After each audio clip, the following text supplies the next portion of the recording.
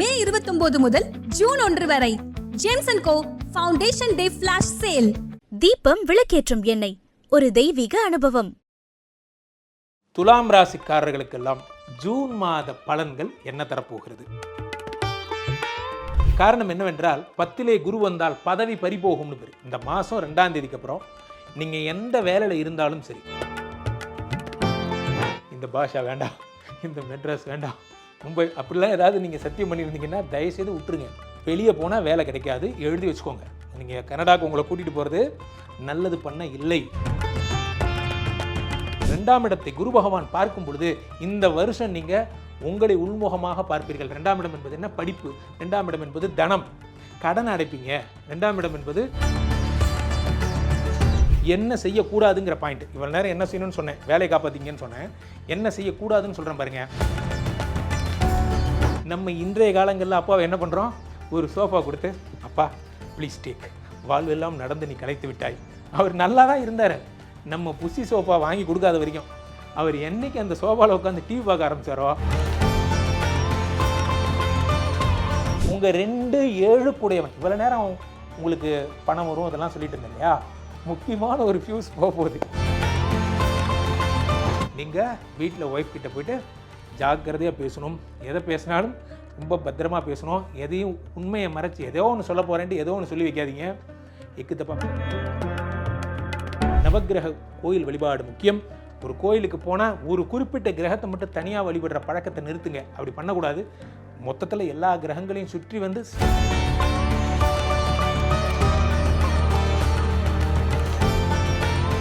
உலகெங்கிலும் இருக்கும் ஐபிசி பக்தி நேயர்கள் அனைவருக்கும் வணக்கம். நான் உங்கள் ராம்ஜி. துலாம் ராசிக்காரர்களுக்கெல்லாம் ஜூன் மாத பலன்கள் என்ன தரப்போகிறது?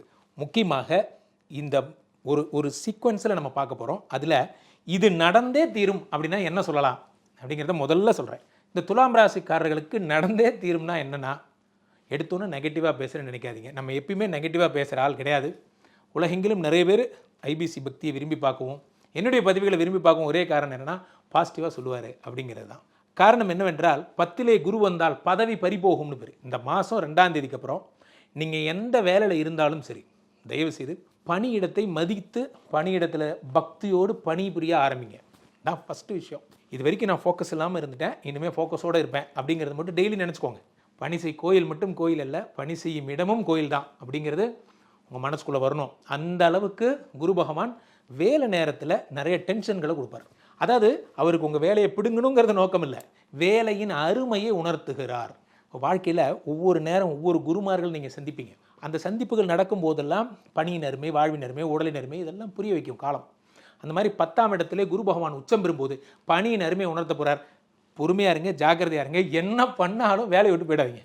ஒரு படத்தில் ரஜினிகாந்த் கவுண்டமணி சொல்கிற மாதிரி தான், சினிமா டிக்கெட் எடுத்துகிட்டு வருவாங்க, விஜயசாந்தி கப்பு கொடுப்பாங்க. அப்போ சொல்லுவார், நீங்கள் என்ன வேணால் கப்பு கொடுங்க, என்னை வேலையை விட்டு மட்டும் தூக்கிடாதீங்க அப்படிங்கிற மாதிரி மேனேஜரோட ஜாலியாக பேசுங்க. இந்த ஒரு வருடமும் சார் என்ன சார் தப்பு பண்ணுறேன், எதாவது இருந்தாலும் கொஞ்சம் சொல்லுங்கள் சார், திருத்திக்கிறேன்னு சொல்லிட்டிங்கன்னா பிரச்சனை இல்லை. இல்லை ஏற்கனவே நம்ம வேலை கொஞ்சம் ஒரு மாதிரி போயிட்டுருக்கேன், நான் இந்த வேலையை விட்டுட்டு போகலான்னு நினைக்கிறேன், நான் கனடா போயிடலான்னு பார்க்குறேன், இந்த ஊரே வேணாம், இந்த சொல்லு சத்தியம் பண்ணி கொடு, இந்த பாஷா வேண்டாம், இந்த மெட்ராஸ் வேண்டாம், மும்பை அப்படிலாம் ஏதாவது நீங்கள் சத்தியம் பண்ணியிருந்தீங்கன்னா தயவுசெய்து விட்டுருங்க. வெளியே போனால் வேலை கிடைக்காது, எழுதி வச்சுக்கோங்க. நீங்கள் கனடாவுக்கு உங்களை கூட்டிகிட்டு போகிறது நல்லது பண்ண இல்லை. தயவுசெய்து புரிந்து கொள்ளுங்கள். துலாம் ராசிக்காரர்கள் இருக்கும் பணியை தொடர்வது நல்லது. அண்டர்லைன் பண்ணி சொல்கிறேன். இருக்கும் பணியிடத்தை எப்படி நமக்கு ஏற்ற மாதிரி வச்சுக்கலான்னு யோசிக்கணுமே தவிர, எப்படி பதில் வினையாற்றணும், எதிர் வினையாற்றாமல் இருக்கணும், அதை மைண்டில் வச்சுக்கணும். இப்போது இந்த குரு பகவான் என்ன பண்ணுறார், அதோடு சேர்ந்து சுக்கிரன் வந்துட்டாருங்க. இந்த மாதம் 3 பெயர்ச்சிகள் நண்பர்களே. ஒரு சூப்பரான பயிற்சி என்னென்னா, முதல்ல 7ஆம் தேதி, ஜூன் மாதம் 7ஆம் தேதி குரு 2ஆம் தேதி வந்துட்டார். 7ஆம் தேதி சுக்கிரன் போய் ஜாயின்ட் ஆகிறார். யாரோட? குருவோட 10ஆம் இடத்துல. அப்போது யாரெல்லாம் ஐடி துறையில் இருக்கீங்களோ, யாரெல்லாம் நீங்கள் கம்ப்யூட்டிங், டேட்டா மேனேஜ்மெண்ட், நெட்வொர்க்கு, கம்ப்யூட்டரை தொட்டு வேலை பார்க்குற வேலை, சில பேர் இந்த காது கருவியெல்லாம் வச்சுட்டு வாய்ஸில் பேசுவீங்க, பிபிஓவாக இருப்பீங்க, கிளையண்ட்டு கஸ்டமர் ஹேண்ட்லிங் வயா நெட்வொர்க்கில் பண்ணுறவங்க, ஐடி ஹேண்ட்லிங், சர்வர் மெயின்டெனன்ஸ், இந்த மாதிரி இருக்கிறவங்கெல்லாம் மிக அற்புதமான காலம். உங்களுக்கு 10ஆம் இடத்துல காஸ்மெட்டிக்ஸ் டிபார்ட்மெண்ட்டில் இருக்கிறவங்கலாம், இந்த பிரைடல் மேக்கப் பண்ணுறவங்க, marriage coordinators, overall home decors, இவங்களுக்கெல்லாம் நல்ல நேரம். வண்டி ஓட்டுறவங்களுக்கு நல்ல நேரம். திருவிழாக்களுக்கு வண்டி கொடுக்குறவங்க, கார் சப்ளை பண்ணுறவங்க, ட்ராவல்ஸ் கம்பெனி வச்சுருக்கிறவங்க, மொபைலு, கம்ப்யூட்டர் விற்கிறவங்க, இவங்களுக்கெல்லாம் ரொம்ப ரொம்ப நல்ல நேரம். 10ஆம் இடத்துல சந்திரனுடைய வீட்டில். இப்போ குரு பகவான் என்ன பண்ணுறாரு, வந்த உடனே உங்களுடைய 2ஆம் இடத்தை பார்க்குறாரு. இதுதான் ரொம்ப நல்ல விஷயம்.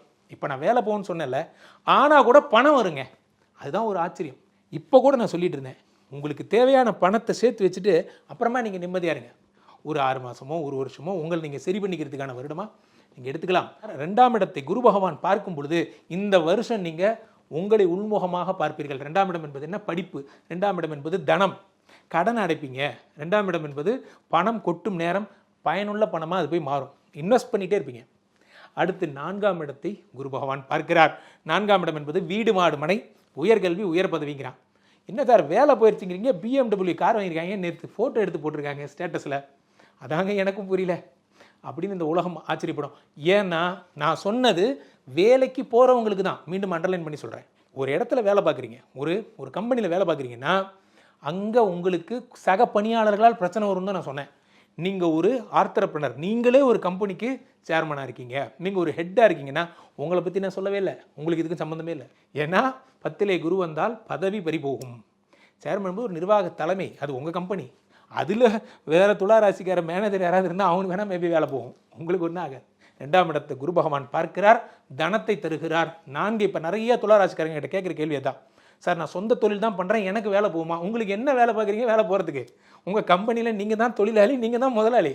வேலைன்னு ஒன்று இருக்கிறவங்களுக்கு பேசிகிட்டு இருக்கேன். அடுத்ததாக துலாம் ராசிக்காரர்களுக்கு 6ஆம் இடத்தை குரு பார்த்து கடன்களை சரி பண்ணுறார். அப்போ ஒரு விஷயம் என்னென்னா, இந்த 6ஆம் இடத்து ரோகசனியை பற்றி நிறைய சீனியர்ஸ் நிறையா யூடியூப்பில் பேசுகிறாங்க. என்ன சொல்கிறாங்க, 6ஆம் இடத்து சனி பகவான் வந்து ரோகசனியாக வருகிறார் அப்படின்லாம் நான் சில சேனல்களில் பார்க்குறேன். நம்ம ஐபிசி மட்டும்தான் தெளிவான ஒரு இதற்கிற விளக்கத்தை சொல்லுகிறது. காரணம் என்னவென்றால் 6ஆம் இடத்து சனி ரோக சனி என்பதை தாண்டி அதை நீங்கள் எப்படி எடுத்துக்கணும்னா, சனி என்பதே வேலைக்கு போகிற கிரகம்தான். சனிங்கிறது இன்னொரு இடத்துல வேலைக்கு போகிற கிரகம் தான். 6ஆம் இடத்துல சனி வந்து உங்களுக்கு நிறைய பணியிடங்களில் பிரச்சனைகளை, அதாவது காசிப் சொல்லுவாங்கல்ல, அது மாதிரி கொடுத்துட்டு இருந்திருப்பார். இப்போ குரு வந்து சனியை பார்த்து அந்த ப்ராப்ளத்தை சரி பண்ணிட்டார். ரைட், அதை விடுங்க. 15ஆம் தேதி வருது. வந்த உடனே சூரிய பகவான் என்ன பண்ணுறார், நான் அடிக்கடி போன மாதமே சொல்லியிருந்தேன், உங்களுக்கு மே மாதம் சொல்லியிருந்தேன்.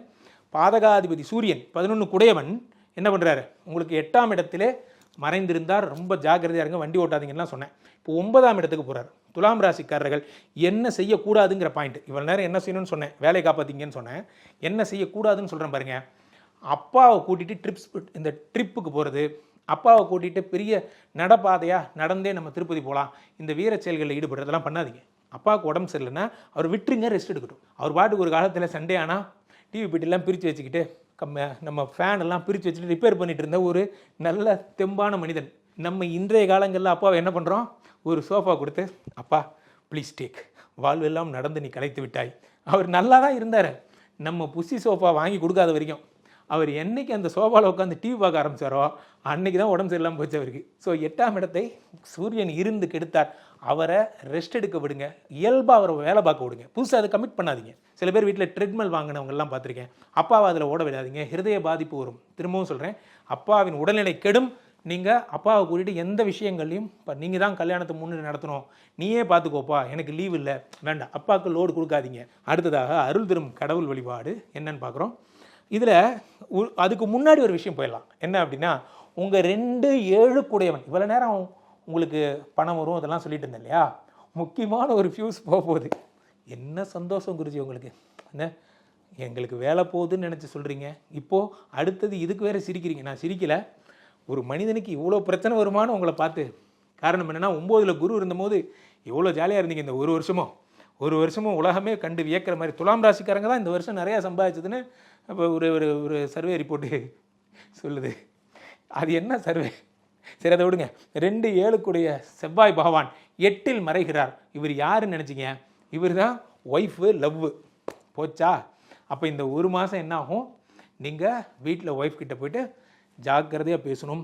எதை பேசினாலும் ரொம்ப பத்திரமா பேசணும். எதையும் உண்மையை மறைச்சி ஏதோ ஒன்று சொல்ல போகிறேன்ட்டு ஏதோ ஒன்று சொல்லி வைக்காதீங்க, எக்கு தப்பாக மாட்டிப்பீங்க. ஸோ அப்போது வெளிநாட்டு விஷயங்களுக்கு பணம் கட்டினேன் சார், ஆஸ்திரேலியா கூப்பிட்டு போகிறேன்னு சத்தியம் பண்ணாங்க சார், அதெல்லாம் வேணாம். ஸ்கில் டெஸ்ட்டில் பாஸ் ஆனால் அவங்களே கூப்பிடுவாங்க.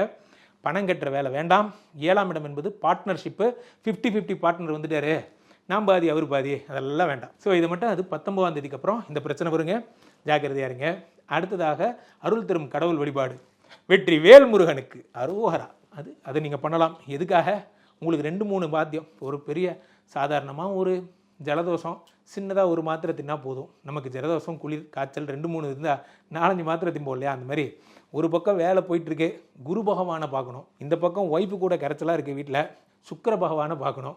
இந்த பக்கம் அப்பாவுக்கு உடம்பு சரியில்லைன்னு சொல்கிறாங்க, சூரிய பகவானை பார்க்கணும். அப்போ ஒன்று விட்டுருங்க, எல்லாத்தையும் விட்டுருங்க. ஸ்ட்ரெயிட்டாக என்ன பண்ணலாம்? நேராக நவக்கிரகத்தையே சுற்றிடலாம். நான் சீரியஸாக சொல்கிறேன், நவக்கிரக கோயில் வழிபாடு முக்கியம். ஒரு கோயிலுக்கு போனால் ஒரு குறிப்பிட்ட கிரகத்தை மட்டும் தனியாக வழிபடுற பழக்கத்தை நிறுத்துங்க. அப்படி பண்ணக்கூடாது.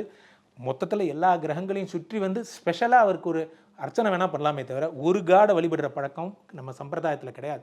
ஸோ அப்போது எல்லாரையும் தான் வணங்கணும். முக்கியமாக அங்கே இருக்கிற சிவபெருமானை வணங்கணும். ஆபத் சகாயேஸ்வரர்னா யாருக்கும் தெரிய மாட்டேங்குது, ஆனால் குரு பகவான்னா எல்லாருக்கும் தெரியுது ஆலங்குடியில்.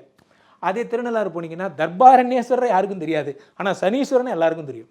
அப்படி பண்ணக்கூடாது. அங்கே இருக்கிற நாதன், அங்கே இருக்கிற தெய்வத்துக்கு தான் மரியாதை. அதை முதல்ல பாருங்கள். ஆக நீங்கள் என்ன பண்ணணும்? நீங்கள் நவக்கிரக வழிபாடுகள் செய்யுங்கள்.